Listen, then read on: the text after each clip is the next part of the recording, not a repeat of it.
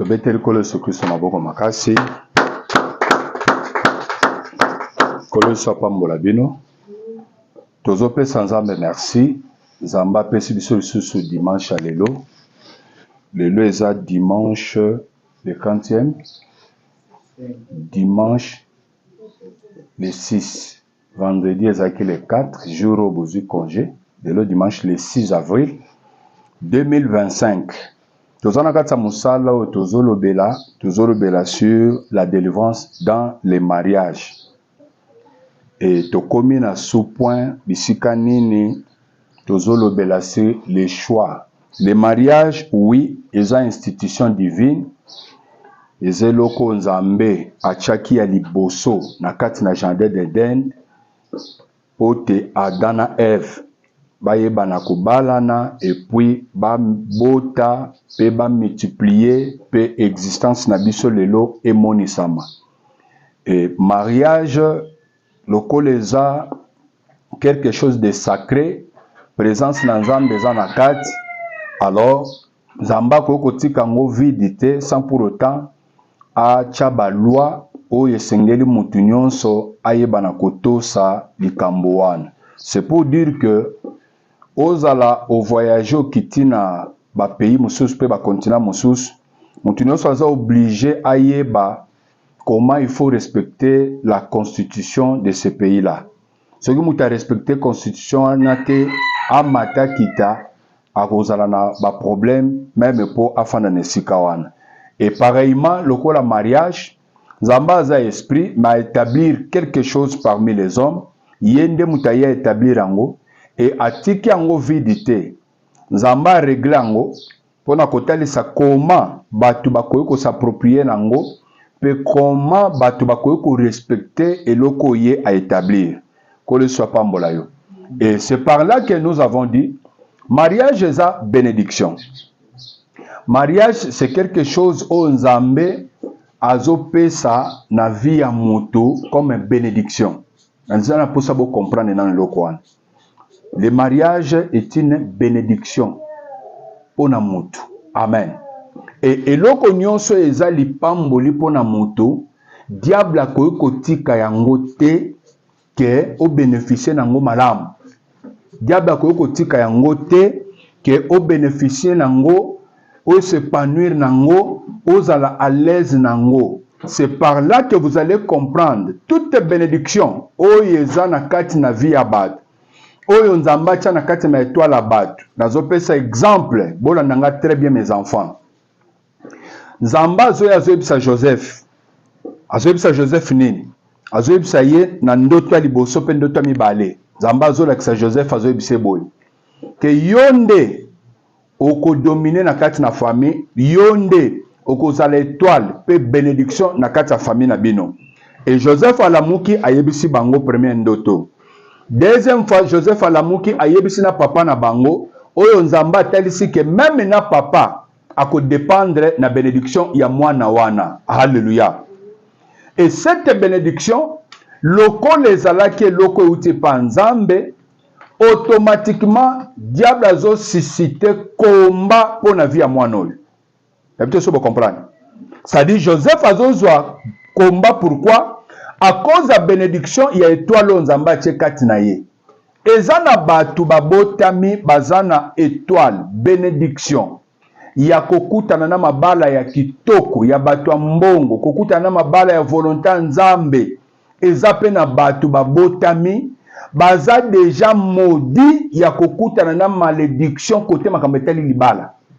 C'est-à-dire ce qui bango il faut babala bakobala basi ya bandoki bakobala mibali ya bandoki. C'est-à-dire pour na bango bénédiction na bango eza déjà détruit, renversé dès leurs origines et c'est BBC ou eza bénédiction na bango. C'est par là que zokuta termine biso eza la délivrance dans les mariages.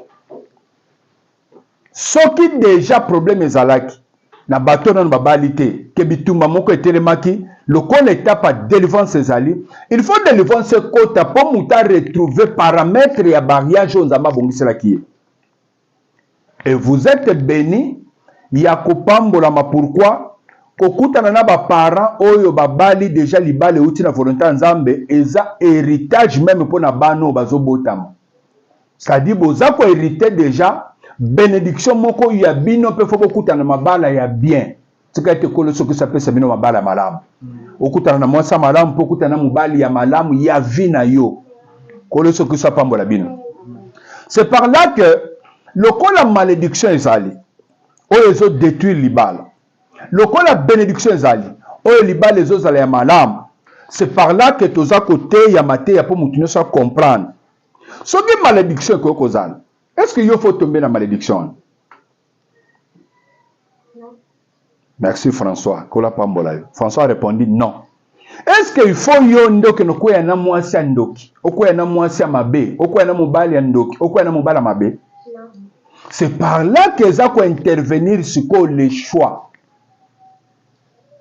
Okobala nani? Okokutana na mwasi nini, okokutana na mobali nini? Tobeteli kolo sokristo maboko makasi. Kolo sokristo apambola yo. Tozotanga Bible 1 Corinthiens chapitre 5. Okoko komaka quand bazote il faut avoir vos blocs-notes. C'est comme à l'école. Hein? C'est comme à l'école, il faut avoir un bloc-notes aux koma. Amen. À quoi filmer ça problème? Tu peux filmer, tu peux enregistrer même à tes problème. 1 Corinthiens chapitre 5, verset 9, Tozokita, Totelemi Bissonios, t'honorer parole de Dieu. L'église de la maison, debout, Totelemi Bissonios, aïe, Totelemi. Tolingi t'honorer Nzambi. Vous comprenez? Ato ke monde nini, au moins ka baninga batanga Bible, ate église on a bateli makate, yo zo sala ngo pona kopesa Nzambe valeur, osali nini otelemi. Yo Nzamba ko pambolo na eloko wana. Ce qui prière ici, il y a retour dans le verset dans l'action, Amen. 1 Corinthiens chapitre 5, verset 9. Tozokita. Je vous écris dans ma lettre de ne pas avoir de relation avec les impudiques. Amen. Fanda. Kole so pambola yo. Apôtre Paul a zokomela ba Corinthe pour nous yebisa bango boy. Je vous ai écrit dans ma lettre de ne pas avoir de relation avec les impudiques. Na komela kibino na mikanda oya liboso na tindela kibino ke bino bana na Nzambe bozala na ba relation te na ba impudique. Mariage. Quand on parle des impudiques, on parle de l'impudicité. Bazolo bela bato bazaba ndumba. Ndumba koko zala mubali tope mwasi. Kindumbe za nini? Kindumbe za nyonso ezo salama ya rapport sexuel hors mariage. C'est-à-dire babalanité, mais bazo salama kambo ezala kanakata libala. Kolo so pambola yo. Kolo Yesu Kristo apambola yo. Ce que apôtre azokomela ba Corinthe azoyebisa bango. Je vous ai écrit dans ma lettre de ne pas avoir de relation avec les impudiques.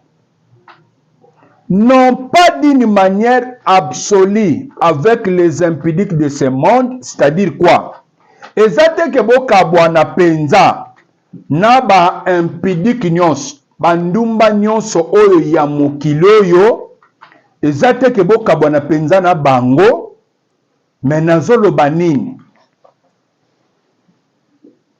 Ou avec les cupides et les ravisseurs, ou avec les idolâtres. Autrement, il vous faudrait sortir du monde.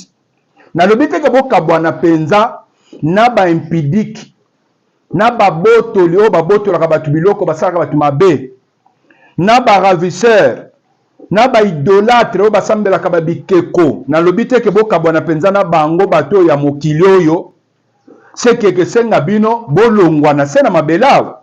S'il faut pena bokabwa na bato wana nyonso, il faut bolongwa na sena mabele bo exister sur soate. Mais nazoloba nini? Maintenant, ce que je vous ai écrit, c'est de ne pas avoir des relations avec quelqu'un.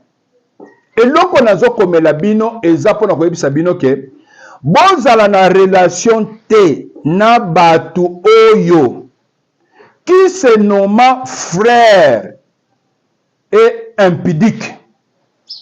C'est-à-dire quoi? Bozala na relation tena batoyo ozokuta lobi aza frère mazandumba aza na kati na église. Autrement dit, le faux frère, ba sœur pe ya lokuta, ba frère pe ya lokuta na kati na église bazalaka. Alléluia. Na lingi bo comprendre très bien. Ça dit Paul azolinga ko réveiller bandimi, ko réveiller église. Pour passer l'attention ya kotala ete mais frère ou azolo bakiaza frère. Sœur ou azolo bakiaza sœur. Mais azandumba comment? Ce qu'on veut c'est église. Bonzala na relation na batu ya bongo te qui se nomme frère ou sœur mais azandumba zanezalele mabe. C'est par là il faut t'enseigner église, t'enseigner jeunesse, t'enseigner bandimi, ba jeune sœur, ozana posa mariage, d'accord. Molingo balanani. Frère se présenter liboso na yo. Ozokuta frère, ye objectif neza kaka tokobimate posa nzoto kaka. Est-ce que ce frère ici, c'est nommé frère ou sœur? C'est nommé sœur. Est-ce qu'aza penza mwana nzambe? Dès le départ, ozokuta mutu azo proposer po banda na ye makambo ya fiançailles. Mais ozokuta mutu alingi kaka Jean nzoto, il touche à touche. Il touche. À tout moment, il veut toucher. Okuti sœur, asa na légèreté moko, ozo sentir que azo tenter yo penza kaka po yo frère, bo banda ko bimana ye. Est-ce que vraiment ça c'est une sœur? Ou soit oyaza frère? Makambo na zoloba, esala makatu esala makati. Nako bato na kata kola pambola yo nde makambo eza na kati na église awa. Frère à protocole, sœur à protocole, frère oyo ayembaka surtout na bayembi po asimbaka kaka micro azoyemba succès wana ya koyemba kitoko ndo kuti ba jeune sœur na église oyo azowelela ye. Est-ce que oyo baza ba frère to pe baza ba sœur? Nde apôtre Paul a attiré attention pour dire quoi? Il y a de faux frères, il y a de faux sœurs qui sont glissés dans l'église. Oyo baza na biso na kati na église mélangé na bana nzambe. Est-ce que batu nyonso baza na église baza bana nzambe? Est-ce que batu nyonso baye kosambela esi babongwani? Okosala siko choix na nani? Est-ce que faut kende kaka ngulu po mutaza na kati na église ndo kutani na ye? Or église eza esika batu nyonso mabe bakimeli po baya kozwa lobiko. Azala ndoki, azala moyibi, azala sular, azala nani bakimeli na église po bazoluka refuge nini po basunga mepa nzambe. Ko frère oto sero yozo kutana na ye. Est-ce que yo moni ye penza ki aza mwana nzambe? Nde apôtre Paul azo tirer attention le bi beaucoup de tela comportement, beaucoup de tela ndenge azo memela makam. Oyaza frère te, oyaza sœur te. Ça dit suite à leur comportement, ils ont que déterminer ce qu'ils sont. Que le sapambola yo. Suite à leur comportement. C'est-à-dire, apôtre Paul alingue asa la keba. Aso kebi s'église, attention. Moko yeba batu musu ba glisser na kati na église. Suite à leur comportement, na bango que ça ce n'est pas un frère, ça ce n'est pas une sœur. Et faites attention, nde batu na église tozo pesa bana na biso. Nde ba mariage ba pasteur bazo sangisa na kati na église. Nde makambo zo sa na kati na église. Nzamba épargner ngai. Natikala ko composer ata libala moko te na ministère na ngai dans le vie du Kaboul. Au nom de Jésus. S'il faut accepter l'ibad, nzamba ya yebisa ngai. Nde na acceptant. Mais ngaka kaboy na composer l'ibad, na façon ngamoko na zotela makambo libala oyo. Ezana ba pasteur ebele ba kozala juger devant Dieu. Okuti pasteur luko azala kana mwana ne alandake pembeni azo se presque apesa ye certain. Pona nini a garder famille wana bazaka na mbongo po ser wana za kitoko ba garder bango na église. Pasteur azolinga sangisa libala moko po ser wana yembaka na frère à côté oyo po bazwa ser wana moyembi ya pana bango. Bosali libala te. Bosombi nde moyembi. Alors, à quoi ya, à l'exibino face ne mususu, ya oyo ya za certé. Ma tikalika ka artiste comme Mouyembi. A tikalika ka artiste comme frère Mouyembi. N'y a pas erreur ça marqué dans l'église. C'est par là que moi j'ai dit, na kosala keba. Na institution divine. Soki nzamba ya betenga li solo te ya serviteur songolo. Ya frère songolo. Na kokangise loko te. Na volonté na ngamo. Je ne ferai pas ça. Le ban nzamba ya bisinga frère na sœur nde na ye na talisi bango makamo. Nzamba le belo côté. Je ne ferai pas ça. Po bato bele basala nzambe bele ba kozala juger devant Dieu. Osangisa kyoyo. Combien basangisa lobby bato kute panzani. Frère n'a pas longue église, sœur pas longue église. Après le ballon peut koufa. Mais azalaki na sima pasteur. Azalaki serviteur pas pasteur songolo.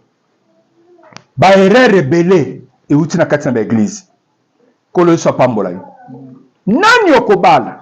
Nani olingo sala choix? Olingo kende wapi sœur? Ozondima nani? C'est toute ta vie. Nde omoni tomeka ko soulever kotali sabou. Comment ba mariage ya ba ancêtre na biso ezala na Bible ezala biso les Bantou, comment ils ont réussi na bandaki kotali sabou. Mutali bonso ya ko bangela makamalibala eza même kutu biso te batute menzambe nzamba zo banga zo lo baboy. Attention bobala bana basi bapayente. Pourquoi bakoboto la bino ngai bakolongo la bino pana ngai bakoke na bino et pas Satan. Et loko nzamba bana ko banga et salami na kati na Bible na Genèse chapitre 6. Les fils de Dieu virent que les filles des hommes étaient belles. Ils en prirent celles qu'ils choisirent pe babali nzamba siliki. Les fils de Dieu bana oyo bana ko landa volonté nzamba. Les filles des hommes bana oyo ya basi ya bato mukilo balingai ko landa nzela nzambe te. Nde différence mbale salami yangwa. Nzamba zo silika bisika pasteur ate bato ya zate. Bisika Bible zate. Bisika tableau bakomela ki ba makambe zate. Mais nzamba siliki tala plus loin nzamba zo silika. Alobi mon esprit ne restera pas toujours sur l'homme. Alongoli molimo ne depuis Genèse chapitre 6. Batu nyonso baye na kati ya Ancien Testament na ba papa Abraham na batu nyonso oyo yebi na kati ya Bible na ba Noé. Bazaki na Saint-Esprit te kati na bango. Mais nzamba bana ko sani, nzamba zo ko se poser ko na bango utiliser ye atiki. Mais le Saint-Esprit zonga na mokili lorsque Jésus sort des eaux de baptême et pas Jean. Nzamba sopi Saint-Esprit se quitte na signe à colombe et quitte Yesu azokota na église azoloba l'esprit du Seigneur est sur moi, il m'a oint. Ça dit s'il faut être oint maintenant par Dieu et par le Saint-Esprit, c'est Dieu qui te oint. Et ça ils banganga nzamba te pas koloma futa échanger. Mais comme il fallait attendre jusqu'à ce que jour à Pentecôte peut Saint-Esprit quitter les disciples, le jour à Pentecôte peut Saint-Esprit quitter biso siko, biso bato. Saint-Esprit quitter le biso pour se poser le colonne à bisote, mais maintenant n'attristez pas le Saint-Esprit qui habite en vous. Maintenant nzamba ndima zonge la biso na ta suka habiter kati na biso pas aider biso na ba faiblesse na biso na temps de la grâce jusqu'à ce que mutazo nzela ya lobiko malamu. Nzamba retirer Saint-Esprit pour le mariage one. À quel plus loin? Ayebisi bango muta ko vivre sous vie mulaite bosuka na 120 ans. Na supporter sous mabena binote surtout ndenge na longoli molimo na kati na bino na ko permettre te bo vivre sous longtemps po bo salanga passe makasi. Bo vivre ta mukuse na supporter mukuse. 120 ans tilelo na ba Noé ba ye na ba tonso ba ye ko kutela kamba 120 ans. Peut-être que le pasteur, bon, bah, tout ça, le kagaté, oui. Zamba ko sa l'exception, celle que l'équipe 121, 124, 126. Mais le kamba 500 ans, 1000 ans, et ça va sauter. Mais tout ça à cause de quoi? Institution, les bosso, bah, tout va violer en haut. Le mariage. Ozo kendo balanani. Ozo kendo kutalanani. Ozo ndimanani dans ta vie. Nde question nangai. Il y a des faux frères. Naba sera mabe. Oyo babongwana te sont glissés à l'église. nde muto zolingozwa ukanisa ki ozwi mutamalamu komoni place okay. Alors par là que tu comprends que nos ancêtres na Bible ba réussissaki na mariage po bango batalaki plus les deux personnes te que moi ça mbalo bazo balana. Po mariage ezaka bango te, mariage ezana influence à famille. Babandaki mingi kotira attention na bango na ba famille, na ba culture batu babimeli. Nde sali réussite na bango et à partir de la culture wana Nzambe pe a soutenir yango parce que Nzambe a trouvé que bango bazoyeba ko respecter institution divine na ye. Bazala bana Nzambe to bazala ba païen, mais lokola culture na bango ba yebi ko honorer, que le mariage soit honoré de tous. Ba yebi ko honorer institution o ya mariage, Nzambe a soutenir yango.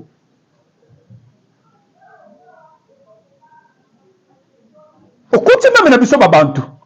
Ba mariage wanda osala mandeni. Ba mariage selema ya badil. Yo batindi yo na campus awa na Kinshasa, mais babana yo mwasi bazobenga yo.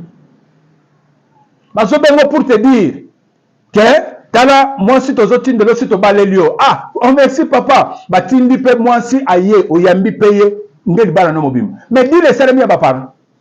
Mwana mwasi bazobalisa ekuta yebe ete mbali wana te. Bazoko le na mariage mobali ya mukolo koleka yeta musu 40 ans de quart d'âge. Mais ma mariage ne fanda. Ba fanda ti na suka. Pourquoi? Ba para ba leko tala mingi famille. Ba bimeli na culture ni, ba bimeli na famille ni. Baza na prise de conscience nini katikati na bango na makambo yo. Nde sala réussite na bango, ezala na Ancien Testament, ezala na biso ba bantu awa. Soko tali ba mariage. Oye salema avant ba âge ba parents na biso. Okokuta ba parents wana bakoko na biso wana bafanda na mabala bazalaki kimia respect nyonso ezalaki non sokuta ya biso génération na biso 21e siècle nde ba divorce à tout moment nde makambo na makambo. Pourquoi biso totali petit wana soka azalaki ba mini jupe ne simba ki aza na makolo ya bien biso tokotala makambo oyo esengelaki totala te. Surtout ndenge asopaka suki na ye nde eloko esepelisa ngai. Na sepelaka mingi na maquillage na ye. Tokotala makambo esengeli te. Nde esala échec na biso.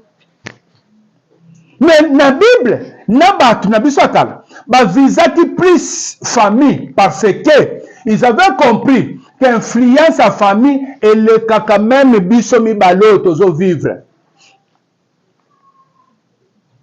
Nazo tanga Bible et permettre biso ko comprendre nini Nzambe azolinga atalisa biso na tongo awa. Tozo tanga Bible esunga biso Bible ezoloba nini? Genèse chapitre 24.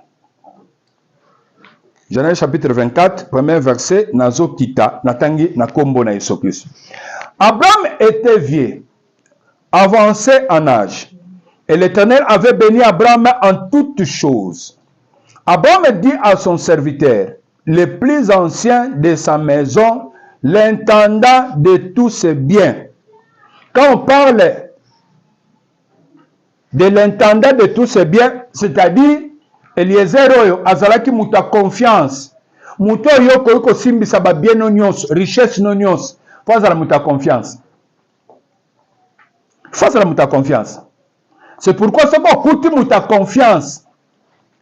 Il y a un patron, il y a un mutu songolo, mutu na confiance yo muta gera ka biloko na ye. Attention, kokende ko pesa ke ba rapport. Attention kokende ko lobaka mabe na ye même pas patron. C'est tellement difficile pour y a la référence ya biloko ne ya sa elake.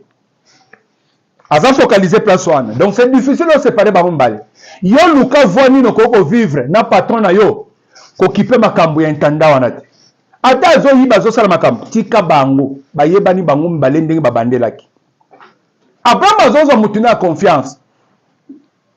Azo benga ya zo yebisa ye. Azo pesa mission. Pourquoi? Pour ça makambalibala. Na makambetali mariage les parents. Bo sale lango na légèreté te. Na makambetali mariage frère, sœur. Bo kene nango na légèreté te.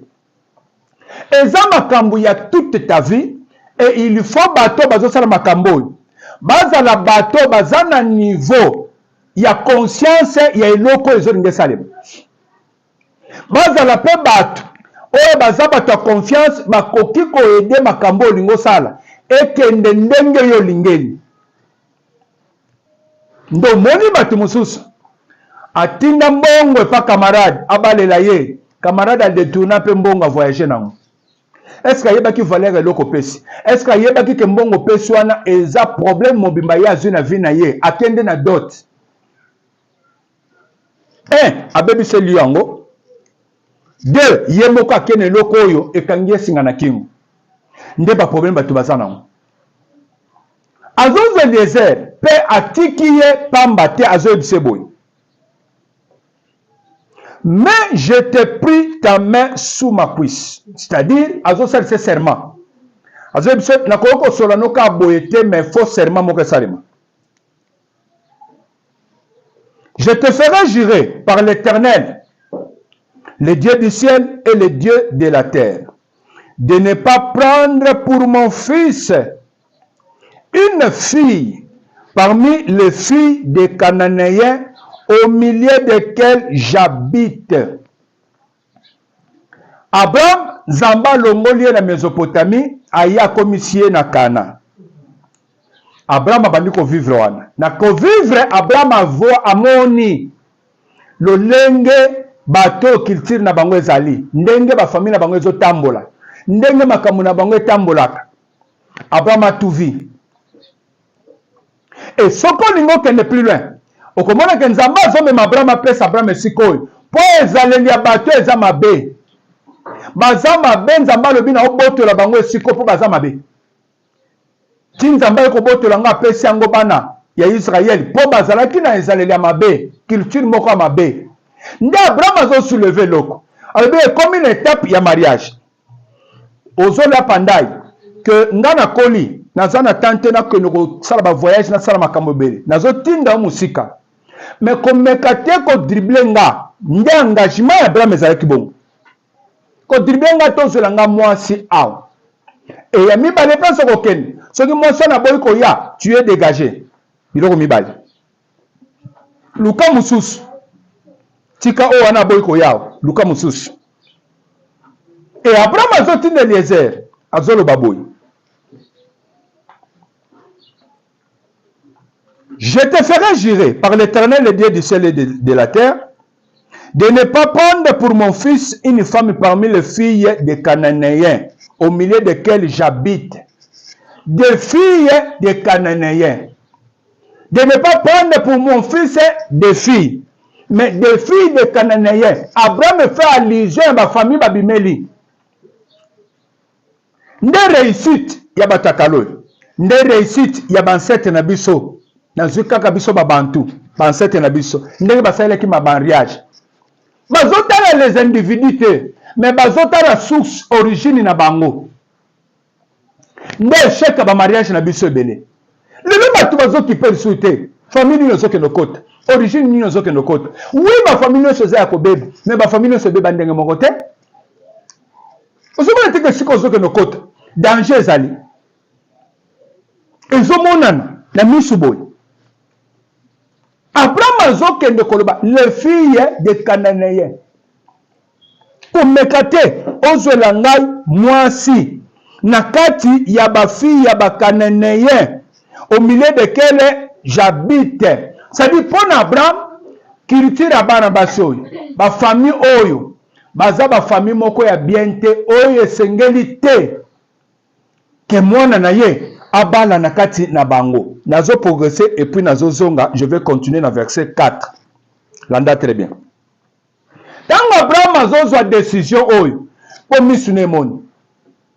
Et à ce moment-là, nanu Isaac abalite, nanu Isaac abotite. Même Isaac n'a abalite, Isaac peut n'a abotite. Et tant Abraham a vivre en haut, na moment wana Rebecca nanu ayete po akoma mwasi ya Isaac ke yeba vivre makambo nanu te Mais tozolanda réaction pe ya Rebecca en son temps. Tango asa comme moi si ya Isaac aye pe ko vivre wana. Réaction ya maman ezalaki nini? Genèse chapitre 27. Nazozong. Kolo sapambo la Bible. Genèse chapitre 27e. Nazozo verset Yasuka 46. Que dit la parole de Dieu? Nazotanga na kombo na Yesu Christ. Lobanzambe zolo baboy. Rebecca dit à Isaac. Isaac qui? Isaac son mari. Rebecca zoyib sayeboy. Je suis dégoûté. Quand on parle de dégoût, ça dit eloko yo eza malamute. Hein? Eza bien te, eza goûté. Quand on parle de goût, c'est quelque chose qui est bon. Quand on parle de dégoût, c'est-à-dire eloko eza malamute. Parce que Rebecca zoyib sambaina Isaac. Rebecca ba otinda baki no bali la Isaac na chapitre 24. Azalaki na Mésopotamie, c'est-à-dire na Irak. Azalaki na Canaan wana te. Mais ba kepe ko zoye, ba bali ye, tango ba ye na ye pe na Canaan, afani na Canaan a vivre makambo ezo salama na mboka wana. Oyo ezalaka te pa na bango na Irak. Nde Rebecca azolo baboyi. Je suis dégoûté de la vie, na baye vie na ngai. Na moni soutina na ngote. Maman, pourquoi zo baye vie? À cause des filles de Heth. À cause de cette fille, non. Mais à cause des filles, c'est-à-dire au pluriel. À cause ya bana basi ya bamboka oyo ya ba Heth oyo. C'est-à-dire, origine oyo tomoni awa. Na makambo etali mariage. Babanga kate mwasi ya mutazala kate mubala mutazala kate. Kolo sapambola yo. Kolo sapambola yo. Nde biloko Abraham akendaki ko vivre na contrée wana nyonso. Tango akomi devant Pharaon, Abraham azobanga azoyebisa Sara mwasi na ye. Toloba te ke toza mwasi na mbali. Tozaka yana leki. Pona nini? Ya riske baboma ngai batika yo po bango awa. Bazana culture ko banga basa batute. Alléluia. Bazana culture banga batute, basa batute. C'est-à-dire, ezana ba famille, ezana batu, ezana ba culture. Atoza mwasi muto zana zemi e bangi seti. Yala ndakutu baso bazana zemi. Atoza mwasi muto e lobele lokote. Atoza mobali ya yaya na ye. Ezo lobele lokote. Akoko bimana yo kutimi na bango ezo permettre ezo pexapete ezo lobele lokote. C'est-à-dire Abraham viva culture ezanzinga nzinga ti koto wana nyos que eza côté babanga kabasa batute. Abraham son temps a vécu ça. Rebecca zo yape libala ayoko vivre place Abraham azalaki na Cana, azo constater même chose. Alors je suis dégoûté de la vie. Nanine na basi ya ba origine oyo, na basi ya ba famille oyo. Si Jacob prend une femme comme celle-ci, parmi les filles de Heth, parmi les filles du pays, à quoi me sert la vie? Amen. Amen. Amen. Si Jacob, mon fils, a zupa bali basi, katina basi oyo, tina vie ezanini, c'est que nga moboti na échoué. C'est-à-dire moboti, Jacob mutakobala basi amabe, vie à Jacob neke beba, mais moboti comme parent, ye mutaboti bana wana, azo trouvé que ce qui bana nanga babali mabe, c'est moi qui a échoué. Kolosa pambola. Ce qui bana nanga babali basi amabe, ngande mutu na échoué. Na tout ça olanda bien. Ngande moboti na sa nini na échoué. Ngande moboti na échoué. Donc nyonso na sali na mokili ya kobota bango ebimi zéro. Ebimi zéro na échoué complètement. Et songo nini ya kobotela bana ngo. Oza papa oza mama. Kutika bana bakene libala ka n'importe comment te. Pona komona ke ba parole ba sepela ki na makamba mabala wana te ya ba fille wana te. Bible ezotalisa biso nini? Baboti mibale bazoyokana. Landa très bien. Dans le chapitre 28, l'objet va continuer. Isaac appela Jacob, chapitre 28, premier verset. Le bénit et lui donna cet ordre. tu ne prendras pas une femme parmi les filles de Cana. C'est que même Isaac, oh baba là qui est moi si, à comprendre Johan. Moi si na Rebecca, ba comprendre ba yokani ba mbale. Okoye ko bala na famille oyo te. Nini na ba origine. Lève-toi, va à Padam, Aram, à la maison de Bethuel, père de la mère, père à la maison de Bethuel, père de ta mère, et prends-y une femme d'entre les filles de Laban, frère de ta mère. Que le Dieu Tout-Puissant te bénisse, te rende fécond et te multiplie, afin que tu deviennes une multitude de peuples. C'est-à-dire quoi? Il y a moi si na kati libala, il faut pas bénir yo. Soupon na bossa nangote. La bénédiction familiale. La bénédiction familiale. C'est-à-dire tango bazo bala yo pour kende ba pamboli pebino. Papa mubala pamboli, papa mwasi pa ba pamboli bino ba lobi maloba. Nde salima na kati ya Bible. Bana basi ebele bakele lo bazo botate. Si tu peux la bénédiction ba parents na bango. Bana bali ebele pe bakei ba échec eza si tu peux la bénédiction. Pourquoi toujours ba famille à Bible? Baso linga bana bango bakena mariage baso bénir bango toujours. Mais biso sala makate biso moninga bali sepela bo yembi bo bini bo sakani bo silisi mbala moko bakoti na voiture bakei. Baboti bazueta utaya kopambola te balobi ate le côté mwana keka boy. Non, un bon parent, il faut bénir moi avant que. Soki ba parents na bino basala ngote et que baza vivant, kende ko trouver bango ba pambola yo. Kende ko trouver bango ba pambola yo na kambeteli mariage. Baloba maloba. Eza na pouvoir mobimba na kati ya mariage na bino. Kolo so pambola yo. Ba pamboli Jacob peut bayebisie kende soyez fécond bota nzamba salake o multiplier os aller belé tout consort nyonso balobaki yango le salami akenda bota a multiplier Israël yayo le tozanango. Pourquoi? Parce que ba parents ne peuvent bénir qui. Je voulais dire quoi? Ba parents oyo na kati na Ancien Testament bazotala culture origine ya basi bisika ba uteli. Ba famille o bazo bimela nde bazo kebisa bana na bango mibali po bango bauti na culture malamu que attention n'allez pas là-bas bo bana basi kuna te po baza batu ya izaleli ya malamu te na oyo etali mariage. Bolanda très bien kolo sokisa pambola yo bolanda très bien. Alléluia. Tobeteli kolo sokisa maboko makasi. Kolo so pambola yo. Bona nanga très bien. Awa ezala histoire ya Jacob. Ndenga soke nokobala na papa Laban. Jacob akoti na famille balaba wana. Baza bana nzambe te. Mais bazo mise na nini? Na culture oyo bango babotameli. Culture na bango eza nini? Eza na respect. Il y a institution divine sur le mariage. Ba respecter les kamalibana ba saka nango jeté. Kolo sapambola bino. Ndo kuti ba pesi mususu na ba religion mususu monso na sa sabali. Ba zipika kaye elongi na yeke mona na kamiso apamba kwa masque. Pourquoi? Eza culture na bango bazo respecter pour hôtel sage oya zaka mariage azelo kwa bantu.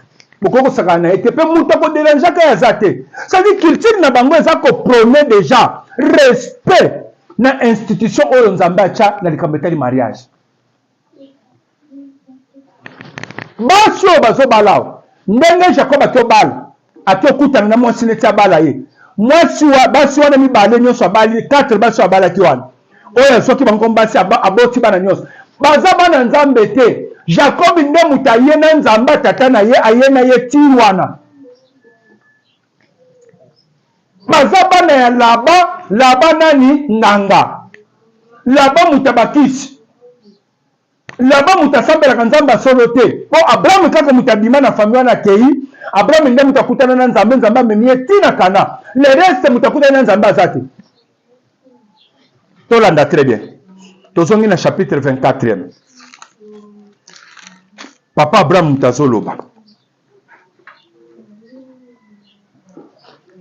Chapitre 24, nazongi na verset 4e. Bible Zolobani. Mais d'aller dans mon pays et dans ma patrie, prendre une femme pour mon fils Isaac. Abraham azotinda bokende na mboka na ngai, na patrie na nga, bobalela mwana na ngai Isaac mwasi. Mais papa Abraham, yo nzamba longoli yo kuna, po baza bata bakisi baza bata mabe. Abraham a dit oui, c'est vrai. Mais malgré ça, na makambo etali institution ya libala, tozalaka na respect na yango ya kosakana te. Ndio kuti ba famille même ya biso ba bantu oyo bazana ma respect makambo ba mariage basala ba mariage batala ba famille bakende babala bongo na ba deal na ba accord na boyokani ya ba parents bana bazala te mais basutuka bazotindelo koli obali ozwi mwasi ozwi mobali. Et mariage wana efanda pourquoi? Parce que bango na culture na bango ba respectaka institution wana. Ce que Dieu cherchait, c'était quoi? Nous avons dit que nous avons respecté, honorer le mariage, et ça l'honorer de tous. Nous avons respecté. Pardon, nous avons pas battu. Nous avons respecté le mariage.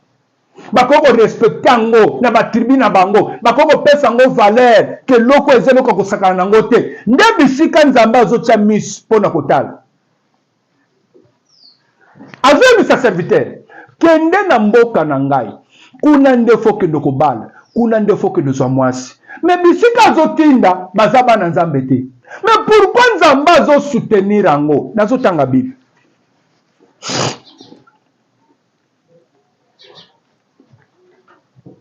Le serviteur lui répondit, peut-être la femme ne voudrait-elle pas me suivre dans ce pays? Si. Devrais-je mener ton fils dans le pays d'où tu es sorti? Abraham lui dit, garde-toi de mener mon fils à Oboya Kendekuna pour ayebi keza terrain mabe. Mais pourquoi vous avez moi Sindaya? L'Éternel, le Dieu du ciel qui m'a fait sortir de la maison de mon père et de ma patrie, qui m'a parlé et qui m'a juré en disant, je donnerai ce pays à ta postérité. Lui-même enverra son ange devant toi et c'est de là que tu prendras une femme pour mon fils. Kolo sokiso apambolayo. Kolo sokiso apambolayo. Awa, Abraham Soloba, bino bokende. Soki mwasi wana boyi koya, mwana nanga koko kende kuna te. Pona nini? On Nzamba bimisa ki place mabe. Mais Nzamba bimisa place mabe, Abraham azozwa, azo recommander Nzambe na ye atambola na serviteur. Pour que ne kozwa mwasi bisika mabe o Abraham abimela. Mais Abraham atali nini? Mais Nzamba soutenir nini? Nzambe na Abraham bazo viser culture ya respect likambote libala. C'est par là que vous allez comprendre. Maman Sarah na respect makamba libala. Bisika ezake bazotekisa ye balobi ndimo koma mwasi Pharaon andimi famille nini akondimango mwasi nini akondimango azondima pourquoi pona kobanga kaka son seigneur kobanga kaka mobali na ye azobenga ye mon seigneur. Quel respect! Et Bible ezo soutenir comme Sarah appelait Abraham son seigneur. Culture babimeli. Combien il faut qu'on respecte Mobile, il faut qu'on honore Mobile, il faut qu'on tosse à cause de la soumise et pas Mobile. Bah, sous point qu'il y a. L'Éternel de Dieu du ciel à cause d'Anayo. Wap, bisika o bazama bewana. Mwana nanga kendete. Mais yo kende bisika bazama be. Nzamba cause d'Anayo. Est-ce que Nzamba peut adhérer na voix o Abraham alobi tozotan? L'Éternel de Dieu du ciel, qui m'a fait sortir de la maison de mon père et de ma patrie, qui m'a parlé et qui m'a juré en disant, je donnerai ce pays à ta postérité, lui-même enverra son ange devant toi, et c'est de là que tu prendras une femme pour mon fils. Si la femme ne veut pas te suivre, tu seras dégagé de ce serment que je t'ai fait faire. Seulement, tu n'y mèneras pas mon fils. Moi, je n'ai pas mais yo kende kapesa mabe kuna, nzamba opeso mwasi, nzamba ozanayo. Le serviteur mit sa main sur la cuisse d'Abraham, son seigneur, et lui jura d'observer ces choses. d'observer ces choses. Son serviteur gira d'observer ces choses. Bana, ato voyage comme na mboka nini.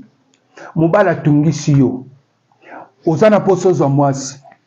Il faut qu'observer makambo na zolo balelo.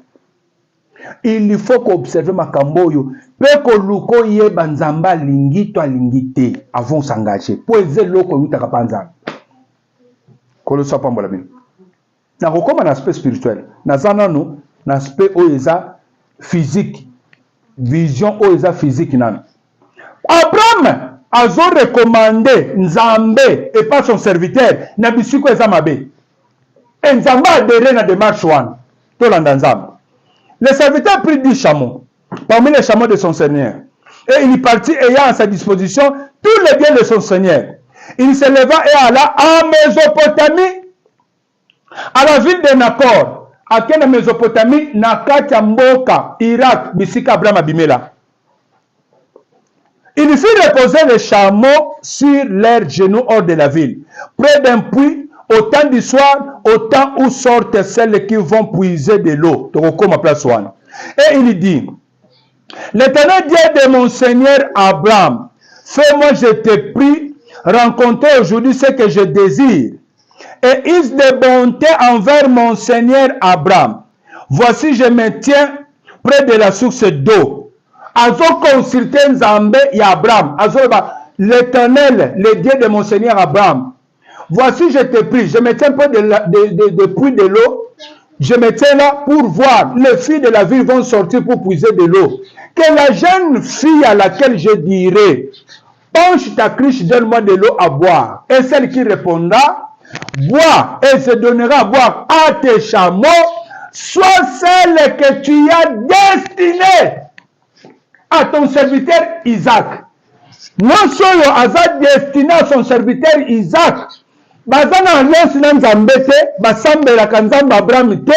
c'est pour la première fois, Moutaouti Nzamba Abraham, Ayena Yeti Namboka Nabango Mesopotamie, Eliezer, serviteur d'Abraham, Ayena Nzamba Nabango, comme tu n'as pas mai, Nzamba Nabango. Je te prie, Seigneur, fais-moi rencontrer aujourd'hui ce que moi je désire. Oh, Nana Lingi. Alingi Nini. Alingi que la fille que je dirais, donne-moi de l'eau à boire. Et celle qui répondra, prends, bois, et je donnerai aussi à tes chameaux, soit celle que tu as destinée. C'est-à-dire, désir, il y a serviteur Abraham a réussi ma mission, n'engue son Seigneur Abraham a recommandé qu'il y ait un serment sali. Alors, pour réussir, à son consultant Nzambe, Abraham a recommandé qu'il y ait un yo. Et Nzambe wana nazote aujourd'hui, c'est le Seigneur Jésus-Christ de Nazareth. Tika Nzambe vinanga, oya apesanga libala, apesa binope libala. Nzambe apesanga libala, ndeko botami. Nzambe wana zala Nzambe ba génération nanga, azala Nzambe ba génération ba nyonso nazoteya, po bango pe ba bénéficier parce que Bible soba on donne ce qu'on a. O ngana zwati ezala pe lipamboli na ba nyonso Nzambe azopesanga. Bobika mariage à malam. Et que cette jeune fille soit celle que tu as destinée. Quand on parle de la destinée, et c'est loko nzamba bongisa pona yo. Et c'est loko yo bongisi te. Ni serviteur ou bongisi yango te, mais nzambenda bongisa yango que Isaac faut bala nani Rebecca. Et Bible soroba, il n'avait pas encore fini de parler que sorti sur son épaule Rebecca, fille de Bethuel. Amemi mbeki na ye azoyana maya utikotoka nde serviteur alandiye, s'il te plaît, penche ta cruche, donne-moi de l'eau à boire. Nde Rebecca soroba, je prends, bois, et je donnerai aussi à tes chameaux. Et le serviteur regardait pour voir si l'Éternel avait fait réussir son voyage. C'est-à-dire, voyage Eliezer asali, Nzambe nde muta fait réussir yango. Fika na makamete libala, Nzambe fait réussir yo mariage.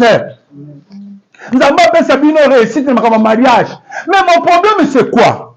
Après moi azoti na bakeno ko balela ye kuna bisika bana Nzambe te. Nzambe approuvé ngo pe ayebimisi Rebecca zobima na kati kata ya famille presse Abraham abimeli. Bisika famille mabe. Na shoro azanani, azande kwa Abraham. yende mutaboti là-bas, yende mutaboti ba Rebecca. Siko Abraham azokende kotinda bakelo balela ye mwasi na mboka na ye, na ndaku na bango te, me na mboka na bango.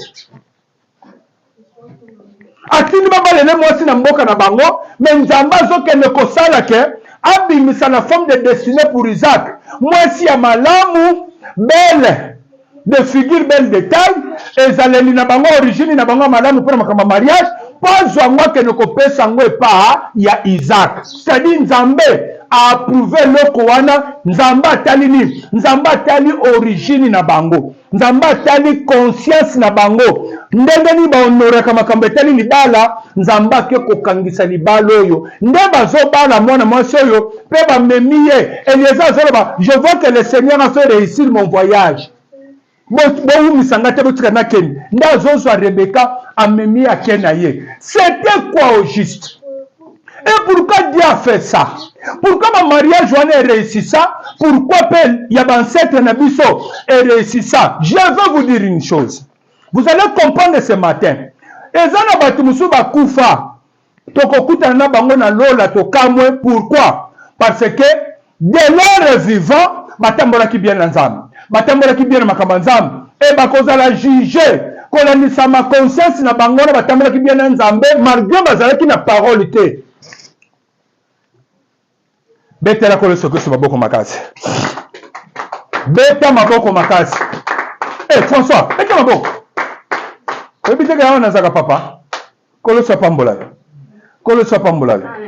Ça dit batu musu to kokuta na bango na lola, babiki à cause ya comportement na bango, à cause ya façon ndenge ba vivant na kati na mokili. Bazalaki na liloba nzambe te na moma wana. Mais okuti bango batambola kinenge Nzambe alingaka. Nzambe apuye loko wana. Alobi kuna ba honoraka mariage.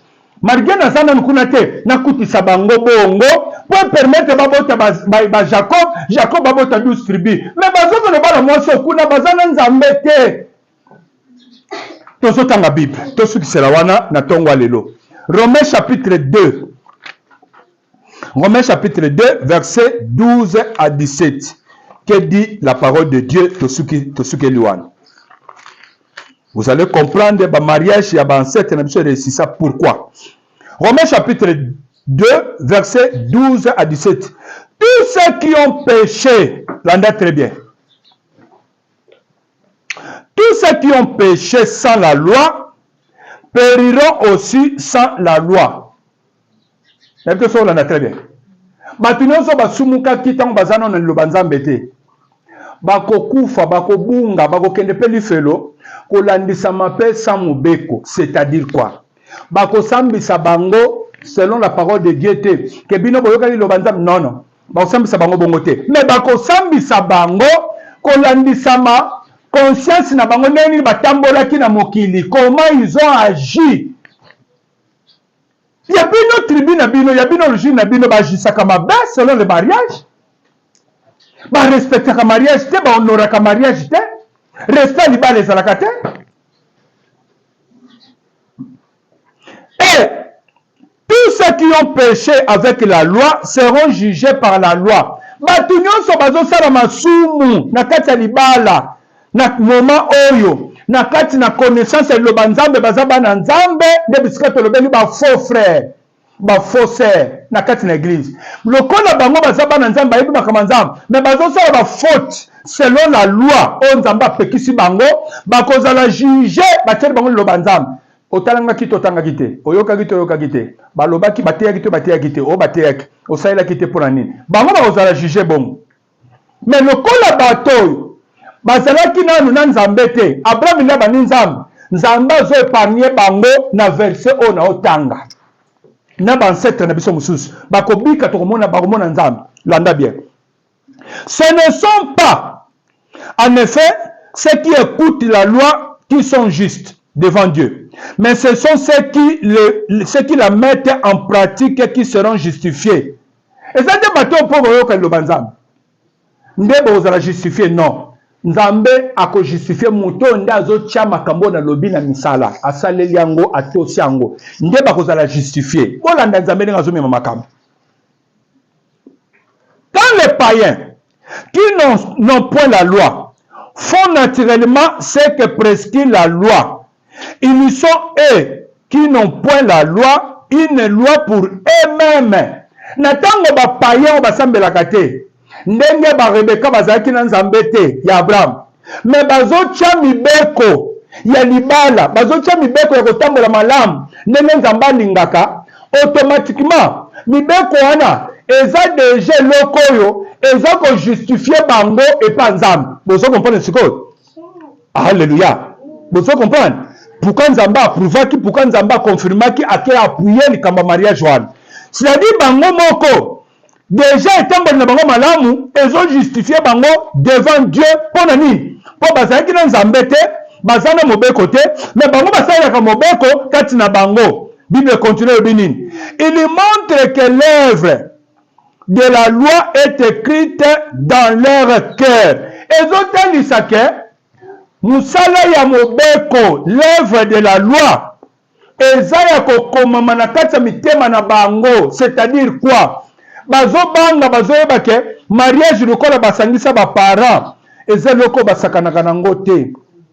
Mwana libala basakanaka nango te. Yango moni batu mususu lokola bayebi ke na batribu na bango libala basakanaka nango te, bakenda même plus loin ya kokotisa ba cérémonie. Oh, faut baliesa bino soso, baliesa bino loko songolo, po bosala erreur te na libala parce que libala basakana nango te. Batu mususu ko bakotisa erreur ya kokotisa présence diabolique pour que meka ko bangisa batu ke libala basakana nango te. So bazo ba païen oyo bazo tosa bazo mettre en pratique. Ezotandisa ke œuvre de la loi est écrite dans leur cœur. C'est-à-dire bango bazo travailler na conscience na bango ya koyeba ke awe za mabe, awa na koko sala te, nga na koko yiba te, malgré naza chef na DGRAD, naza chef na DGI, nga na koko sala kama beo te, mais asambelaka te, mais alingaka pe bakama nzambe te, mais azotambola selon la loi de Dieu, ou ezo justifier selon devant nzambe. Bible zolo banini. Leur conscience en rende témoignage. Et leurs pensées s'accusent ou se défendant tour à tour. C'est-à-dire, au secours de ta conscience na bango, ils ont reproché bango. Na bisuko eza mabe, ke na kosala ngote. Conscience na bango, ils ont ramené bango. Na kosala makambo eza juste selon la loi. Et à partir, il y a prise de conscience. Il y a un comportement na bango marqué baza sans la loi. Nzamba zokende ko appuyer mariage. Il y a kozwa Rebeka zopesa eba bale la Isaac. Isaac aza na nzambe ya Abraham, Isaac aza circoncis, aza déjà na âge à 40 ans. Tant que vous avez mwasi wana, aza na âge à 40 ans, déjà circoncis depuis âge il y a 13 ans. Ma circoncision est depuis âge à moukier. C'est-à-dire ça aza mwana nzambe, mais Rebeka obaki ozwa papa na ye na shonde kwa Abraham akutana nzambe te, azana nzambe te, mais culture ya bango ko uta Abraham kasa uta ba respectaka na conscience na bango, ba respectaka nzela ya kobanga likambo teli mariage, comment il faut qu'on respecte ngo ko honorer ngo. Et Dieu a approuvé ça. Et Bible soloba bato bongo nzamba réservé déjà versé mobimba o ezo justifier bango que son moi attaquer bon Abraham asabalaki. Abraham asakomaki mwana nzambe. Ndenge ni azo permettre que Isaac akikobala le mwana Nashor o azaki mwana nzambe te. Nzamba azo justifier ngo ce matin na verset on atangi. C'est ce qui paraîtra au jour où selon mon évangile Dieu jugera par Jésus-Christ les actions secrètes des hommes. Apôtre Paul azoloba botika koyeba ke oyo nzamba ko sambisa liboso na ye ekezala nini eze etamboleli ya batu batambolaki ndenge nini ya bino tribu botambolaka ndenge nini na makambo libala ya bino famille botambola ndenge na makambo libala nde okuti Abraham nde okuti ba Rebeka na ba Jacob na ba Isaac bazobanga bazoloba soki bana na biso babali pe basi ya ba famille oyo c'est que inutile na vie na biso c'est que tu échoué. Pourquoi bango etamboleli na bango ba action na bango ba acte na bango ba posaka eza na respect ta moko te na makambo etali mariage mwasi abangaka mobali aza te mwasi abosala ndenge alingi mobali abangaka mwasi aza te oyo mpe abangaka mwasi bato aza te ozokuta bango na makambo etali mariage ya di désordre eza ke mwana na yo akoki kokota kuna te nde baabraham na baisaac baboya balobi kuna te et bien appuyer ça malgré bato wana bazalaki na nzambe te mais nzambe ake kotala comment bango bahonoraka mariage comment bango bazorespecte constitution na ye nde nzambe aprouvango ozolinga obala ozolinga okota na famille nini ozolinga osengage wapi omoni famille okota respect libala eza te omoni makambo yo olingaki ozokuta mobali azata na ntina ya kobanga te ke libala eza eloko oti mpa nzambe akoki kosabote mwasi na ye akoki kofinga ye akoki kokompare ye na basi mosusu akoki kokompare ye na baleki okutu baza te na trompe na ye te azorespecte mwasi na ye te mpo ayebi valeur ya libala te mpo ayebi te ke eloko ofo abanga ngo ndenge asa abalaki il faut respecte ahonore yango mpo eza eloko eute mpa nzambe nde baproblème toza nango na kati na église kolosa pambola yo lobi tozokontinue totelemi likolo mpo tosambela ke nzambe asunga yo okota na famille ya mabe te okota na nzela ya mabe